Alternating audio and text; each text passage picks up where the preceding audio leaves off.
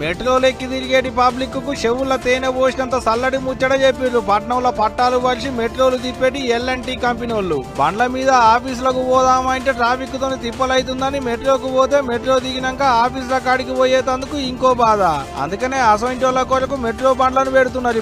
ఇప్పటి సంది ఇంటికెంచి మెట్రో కాడికి వచ్చేటందుకు మెట్రో దిగినాక ఆఫీసుల కాడికి పోయేటందుకు తిప్పలు లేనట్టే.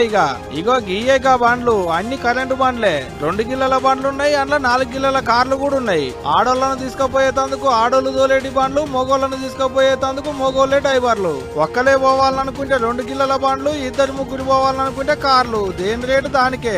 మెట్రో టికెట్ బుకింగ్ చేసుకున్నట్టే ముందుగా బుకింగ్ చేసుకుంటే చాలు, వాళ్ళే మనం ఉన్న జాగాలకు వస్తారు, మెట్రో కాడ దింపుతారు. మెట్రో దిగినాక ఆఫీసులకు ఇండ్లకు పోవాలంటే మెట్రో కిందనే బండ్లు పెట్టుకుని తయారుగా ఉంటారు ఈ బండ్లు తోలేటోళ్ళు. అట్ట హైదరాబాద్ మెట్రో పెద్ద సారే దగ్గరుండి మెట్రో బండ్లను సాల్వ్ చేసిండు.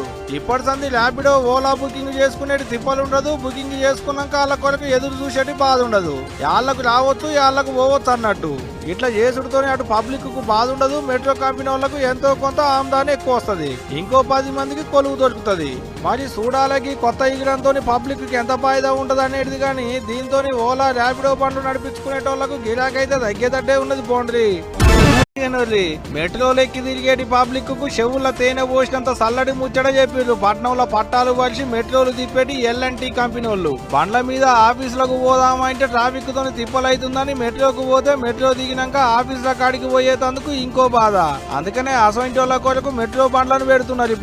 ఇప్పటి సంది ఇంటికెంచి మెట్రో కాడికి వచ్చేటందుకు మెట్రో దిగినాక ఆఫీసుల కాడికి పోయేటందుకు తిప్పలు లేనట్టే.